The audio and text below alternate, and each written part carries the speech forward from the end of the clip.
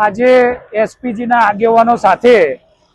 અમદાવાદ લોચ રૂશ્વત વિરોધી બ્યુરો ગુજરાત રાજ્ય અમદાવાદની ઓફિસ ઉપર ડીજી સાહેબને મળી અને જે અર્જુન મેઘવાલ છે જેને 2000 લગ્ન કરાવી અને જે એમાંથી અમે જે 2-3 દીકરીઓને મળી અને જે ખોટી રીતે લગ્ન કર્યા છે અને એ પોતે બોલે છે અમારા મિત્રોની સામે અને વિડીયોની અંદર કે મેં 2000 લગ્ન કરાવીને 2500 લખે આજે 50 લાખથી વધારે રૂપિયા કમાઈ અને જમીન રાજસ્થાનમાં લીધી છે ને ઘણી બધી મિલકતો વસાઈ છે। તો અમે એસપીજી દ્વારા આજે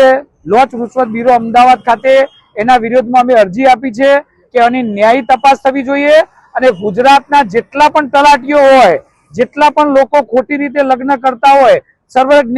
સર્વજ્ઞાતિની તમામ દીકરીઓને ફસાવીને જે લગ્નો કરતા હોય અને આવાને થોડીક નાની રકમથી પૈસા પડાવી અને જે રીતે ખોટા લગ્નો કરે છે એવા તમામના વિરુદ્ધે અમારા જોડે પુરાવા છે અને આવનારા સમયે જેમ ગુજરાતમાં છેલ્લા 2 વર્ષથી અમે ખોટા લગ્નો કરેલા પકડ્યા છે એમ આવનારા સમયે 15 થી 20 જગ્યાના પુરાવા અમારી સાથે આવી ગયા છે। અમે બધી જગ્યાએ રેડો પાડવાના છીએ, બધાને ખુલ્લા પાડવાના છીએ। એટલે મારે સરકારને પણ વિનંતી છે, ગૃહમંત્રીને પણ વિનંતી છે